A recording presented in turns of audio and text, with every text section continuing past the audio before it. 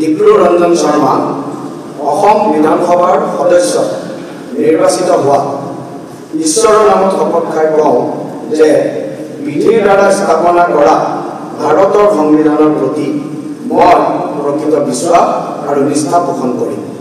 মই ভাৰতৰ প্ৰভুত্ব আৰু অখণ্ডতা অক্ষুণ্ণ ৰাখিম আৰু মই গ্ৰহণ কৰিব ধৰা কৰ্তব্য শ্ৰদ্ধাপূৰ্বক নিৰ্বহন কৰিম।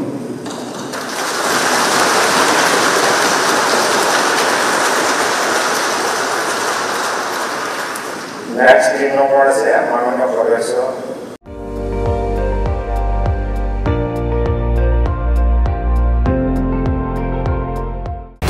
আপুনি চাই আছে ND24 সৰ্বশ্ৰেষ্ঠ নহয় সৰ্বোত্তমৰ দৌৰ।